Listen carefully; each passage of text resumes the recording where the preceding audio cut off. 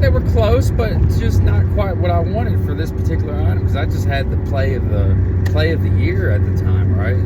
Frog here, on the way to work. Apologize, I don't have my mic on me, man. I'm rushing. I'm in the middle of a move and didn't even think about it, but I thought I'd post something anyways. Just sell it. Take your profits, man. Quit second guessing yourself. Make your money, man. Make somebody happy. Get paid, whether it's a little or a lot, and get on with the next play. Just get active, man. This is what I want to talk about. I thought about it this morning when I was in the shower. I was like, man, what am I going to talk about today, man? Just get active. Period.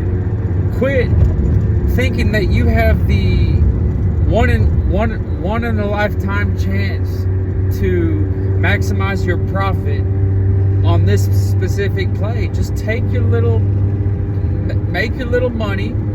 Hopefully run into someone new that wants your number, because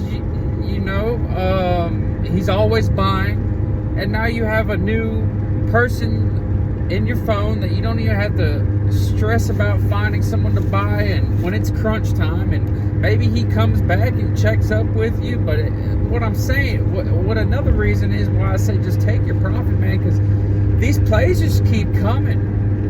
I realized a long time ago, I used to take profits quicker on certain items because I felt like they were going to be harder to move, and I would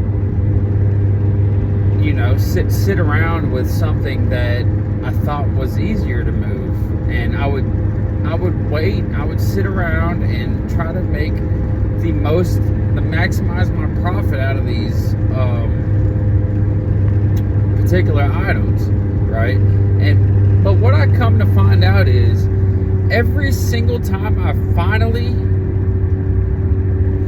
sold that product that I was sitting on for a little bit longer than I should have, because I had 50 offers that were close, but just not quite what I wanted for this particular item, because I just had the play of the year at the time, right?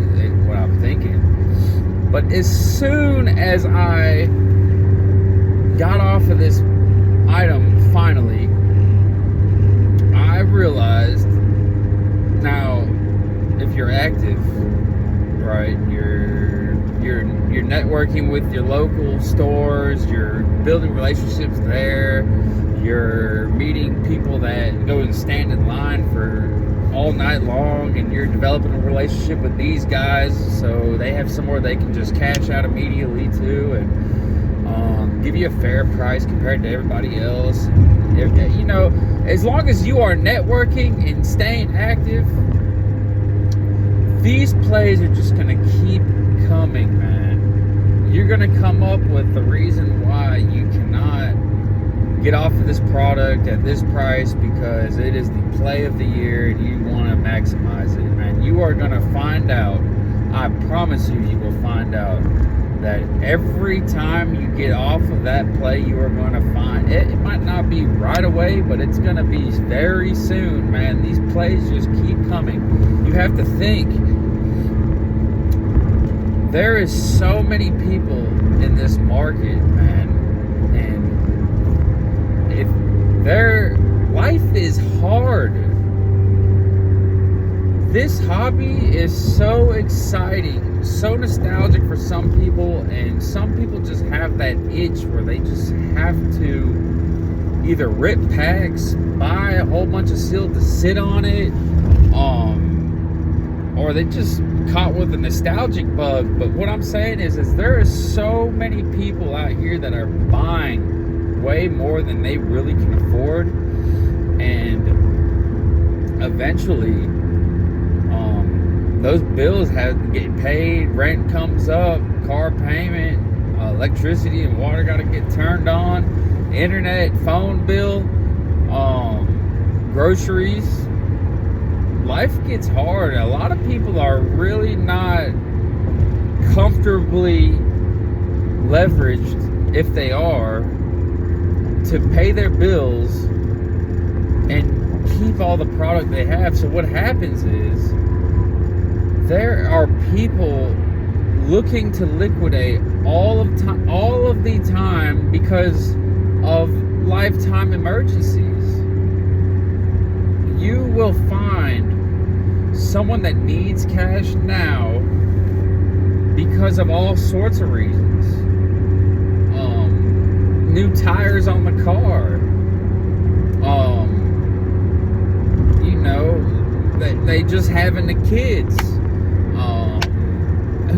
There's so many different life stressors that require a significant amount of money, and if you are just over leveraged at all, or really riding that line in the sand where you probably shouldn't have spent that much money on Pokemon cards that is just going to sit in your closet and rot for a few years, that you have in your mind because of all the money that these people that have been doing this for a long time are showing you the results of, right? Some of these people that are really making money off of like few year investments, like they're established, man. They were buying this shit when it was $80 a booster box, man.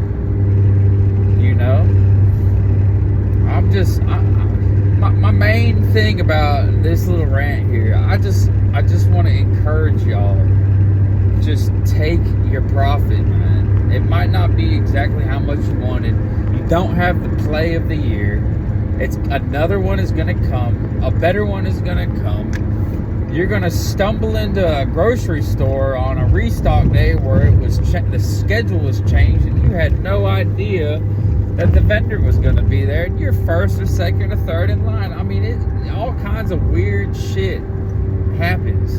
I promise you. It has happened to me from real scalpers that cook the vendor every week on week, have run into lifetime crises where they drop off on me at 60%, man, just because I have developed a beautiful relationship with them. I gave them an option to be able to cash out almost every single time that they contacted me. You are going to run into people on Marketplace even that are selling at 75%, and you get in their inbox and talk to them for a little bit and have a little bit of people skills, man, and don't just say 70% cash. If you don't, I'll tell you one thing, man. When you guys get in my inbox and say $100 cash or 60% cash, or 75% cash, if that is as strong as a game you have with people, you're immediately red flag to my head, man. You better butter me up for about 5 minutes before you start talking about something lower than what I'm asking for. I mean, seriously, ask yourself, when somebody says, when they get your inbox and they say 3 words, $50 cash now, $50 cash now, $175 cash, it don't matter what, it don't even unless you're my like $5 off my asking price, man, you pretty much just annoy me. I mean, period. It's annoying. Like, ask yourself, how do you respond when someone lowballs you and says cash now after it? It's annoying. I mean, so why do we as people that think we are, good buyers or sellers, think we could say that to the next man? I mean, that shit is crazy. Like, sharpen your skills up. Tell people they have a beautiful day, or have a beautiful product. Talk to them a little bit about it. How long have you had it? And then offer them something a little, you can offer them a little, now that this is a real like negotiation in place. It's not just a fucking crazy lowball with a fucking dude that is in a rush and doesn't have time to think about people skills. You might actually get somewhere in a negotiation. Like if they're trying to just already fire sell some heat for 75% off because a crisis is going on in their life, you might be able to get them down to 70%, man. But use some people skills, bro. Like that cash now is so sad. That's like 6th grade negotiation skills, bro. Like sharpen your skills, man, before you start lowballing people like that. Unless you're just running the numbers, I understand, but you're just pissing off a lot of people, man.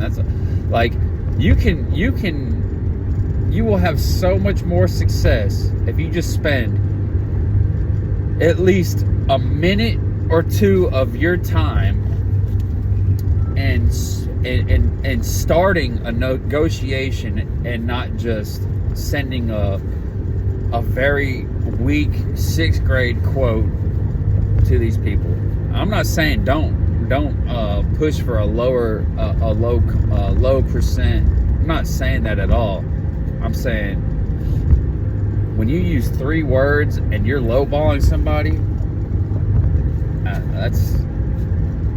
that's sad. It's sad skills. Ask yourself how would you respond if someone did that to you? And that should be your answer. But I think I'm all the way left field right now on this. But anyways, take your profits. Do not sit there and think that you have the play of the year. Take your profits, because these plays just keep coming, man. That's it, frog.